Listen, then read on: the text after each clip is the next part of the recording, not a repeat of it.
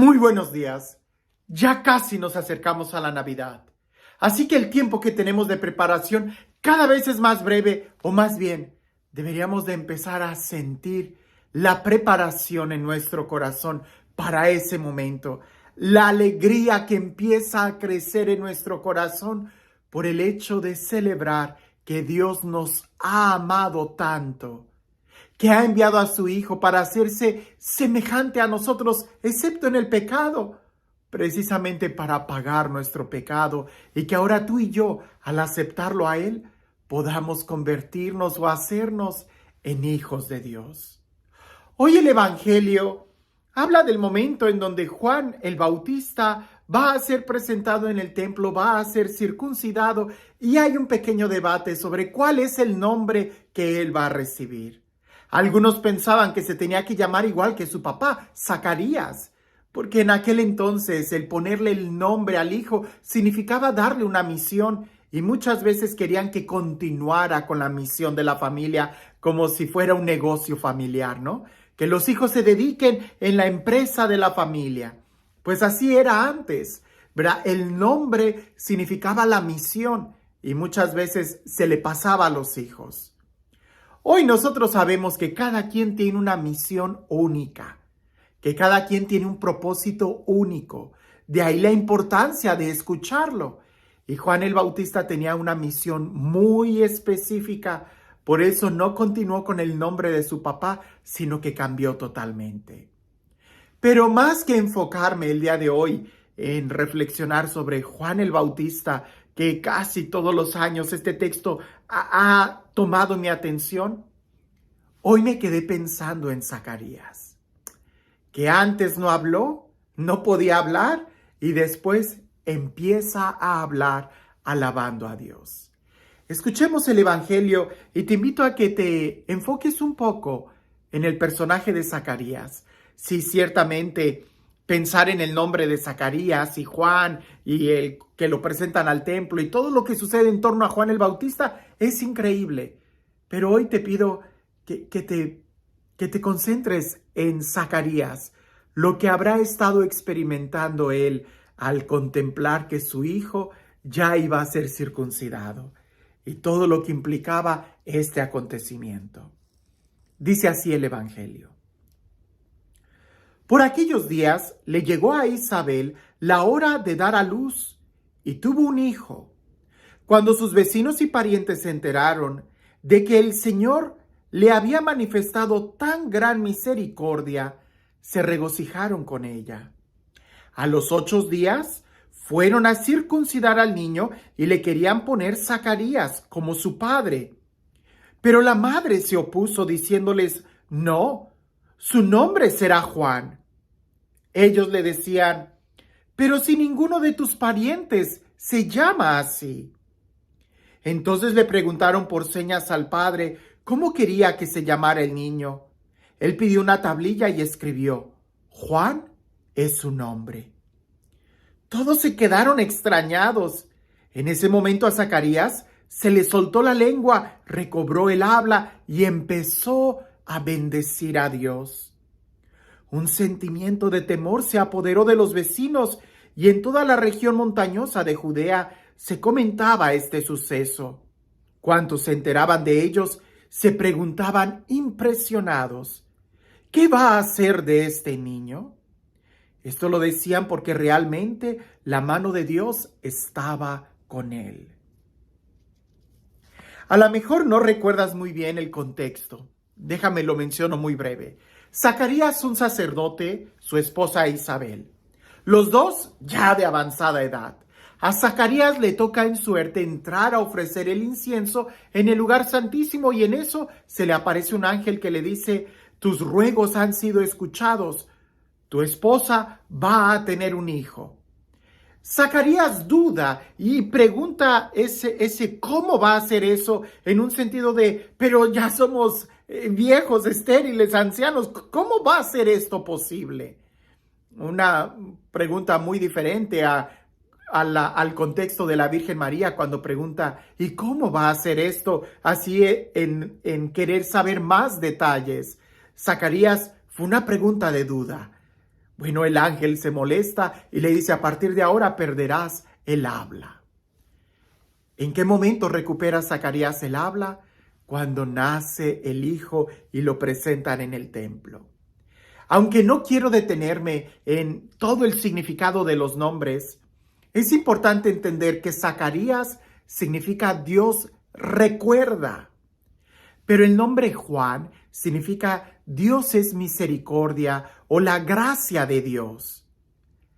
En cierta forma nosotros podemos ver el Antiguo Testamento, todas las leyes, las alianzas, la memoria, pudiéramos decir, del pueblo, pero en el Nuevo Testamento se abre la gracia, la misericordia. Y en Juan, en Zacarías, podemos ver esta experiencia de quedar mudo. Cuando nosotros recordamos tanto el pasado, no tenemos opción para el futuro. Nunca hay que ignorar el pasado, porque como dicen, el que ignora el pasado tiende a repetir los mismos errores. No, hay que aprender del pasado, la lección, pero no significa que nos quedemos en el pasado. Y creo que aquí está precisamente el aspecto de enmudecer, de cerrarnos, de no abrirnos cuando nos quedamos estancados en el pasado. Es sorprendente que en este tiempo de Navidad hay tantas estadísticas de personas que caen en la depresión porque seguramente se quedan en el pasado. Y claro, el pasado, sobre todo en estas fiestas de Navidad, pues todos nosotros pasamos una infancia quizás con pobreza, pero llena de ilusiones, llena de alegría, porque el amor de una familia, de tus papás, de tu mamá, de tu papá, de tus hermanos, quizás aunque sean tamales o lo que fuera, cuando somos niños, eso es una gran alegría. Pero quedarnos estancados en el pasado, quizás ahora tú de adulto que tienes tu propia familia, te entra la nostalgia y eso hace que impidas abrirte al presente, vivir el momento. Por eso el nombre es Zacarías, que él recuerda, Dios recuerda, sí, Dios recuerda, pero también Dios es misericordioso, Dios se abre a la gracia. Y tú y yo también deberíamos de abrirnos a la gracia y a la misericordia. No porque el ayer haya sido de tal o cual forma, no debiéramos nosotros de quedarnos estancados en aquella situación, sino entender y comprender que Dios es misericordioso y su gracia se derrama sobre cada uno de nosotros. Así que te invito que el día de hoy, más que el recordar, pregúntate cómo puedes vivir el día de hoy en la misericordia de Dios y en la gracia.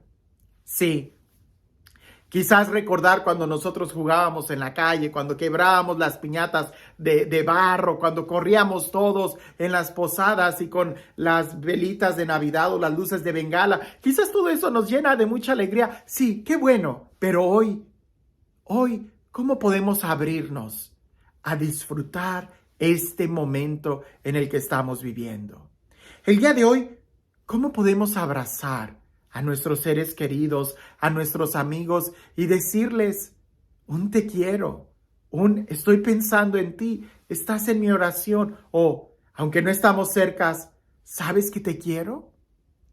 Yo creo que si el día de hoy nosotros nos abrimos a una creatividad, a la misericordia y a la gracia de Dios, indudablemente podremos experimentar cosas mejores que el ayer. Porque siempre la gracia y la misericordia de Dios es más grande y mejor que el recuerdo.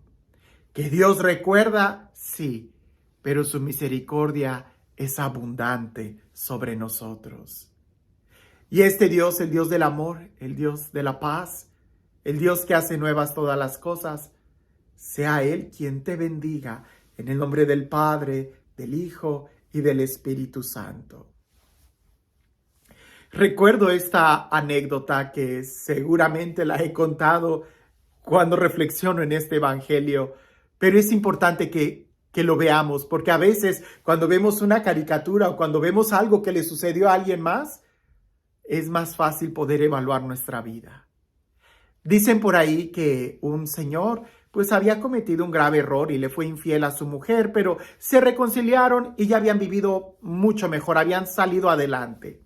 El hombre realmente cambió y hacía todo lo posible por ser un ejemplo de marido. Pero la mujer no perdía ninguna oportunidad para recordarle a él el error que había cometido.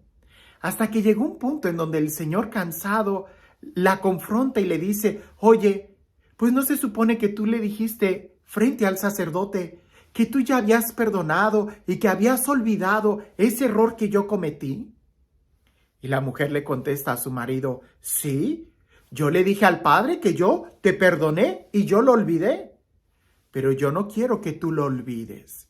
Quiero que tú recuerdes el daño que me hiciste. Y es ahí donde nosotros pudiéramos preguntarnos qué tanto ella había perdonado, qué tanto realmente ella había tratado de olvidar aquella situación. A veces nos quedamos estancados en el pasado y aunque el día de hoy tengamos tantas posibilidades de vivir felices y quizás el marido de ella el día de hoy era mucho mejor que el que era antes de que cometiera ese error, pero ella no podía disfrutarlo porque ella seguía estancada en el pasado.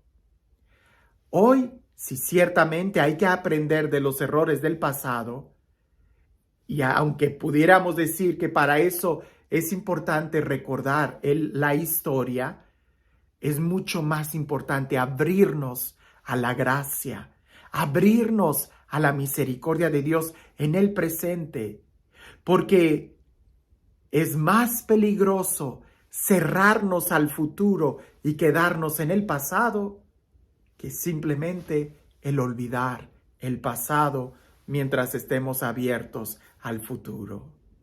Hoy creo que es una gran oportunidad para recordar el pasado con alegría y vivir el presente con intensidad. Que tengas un excelente día.